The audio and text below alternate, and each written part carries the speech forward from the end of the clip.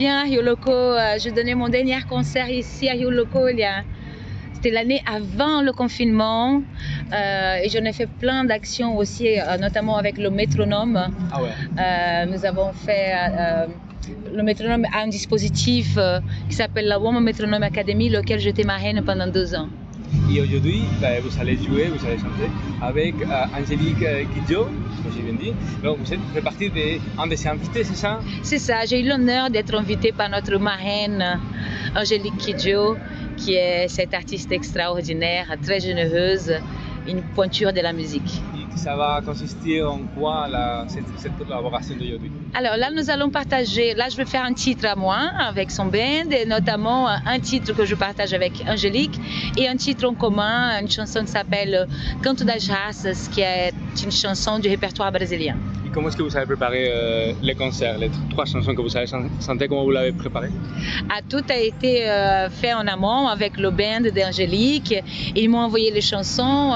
Je suis en tournée en ce moment, donc malheureusement je n'ai pas pu répéter avec eux, mais nous avons fait des bonnes balances cet après-midi. Là, c'est une bonne question, vous êtes en tournée, ça veut dire que vous avez maintenant un projet, ça s'appelle comment Alors, mon dernier album, il est sorti l'année dernière, mon 5e album, il s'appelle Ginga.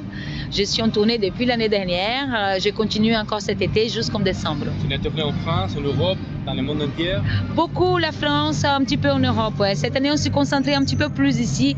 J'en ai fait déjà tous les pays. J'ai beaucoup voyagé avec mes albums précédents. Cette fois-ci, on se concentre un petit peu plus en France. Il y a quelque chose de différent dans ce 5e album?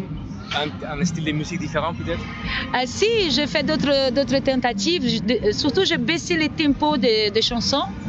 Et j'ai surtout voulu faire des chansons un peu plus longues dans la longueur. Je trouve que dernièrement, tous les titres ils se sont rétrécis à cause de cette vitesse. Le monde va très vite et les gens ont commencé à diminuer le temps des morceaux, le temps d'écoute.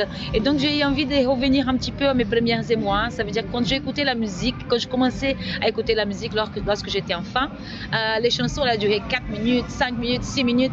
On prenait vraiment le temps pour écouter, pour découvrir les chansons. Donc, c'est ce que je propose à mes auditeurs dans ce nouvel album. Et là, on dirait l'inspiration, ça vient d'où pour ce 5e album par exemple? Pour ce 5e album, l'inspiration elle vient de mon adolescence, de là où je commençais à vivre de la musique de manière professionnelle. J'ai pris la décision de chanter à l'âge de 14 ans. J'en ai 44 aujourd'hui, donc c'est 30 ans de musique. C'est très jeune quand on décide un métier comme ça et c'est tous mes premières émois, mes premiers amours, mes premières passions, mes premières fois. Je pense que c'est un sujet qui est universel, tout le monde est passé par là. Dans ce 5e album, vous voulez transmettre quoi au public qui va écouter votre chanson? Il y a un peu de tout, bien sûr. Mon drapeau, c'est quand même danser en pleine conscience, ça veut dire de libérer son corps, tout en ayant des mots qui parlent au fond de chacun. Et là, vous êtes d'origine brésilienne, donc j'imagine bien sûr que vous avez bien joué au Brésil, mais aussi beaucoup en France. Et c'est quoi la différence entre le public français et le public brésilien? C'est ce qu'il y a des différences?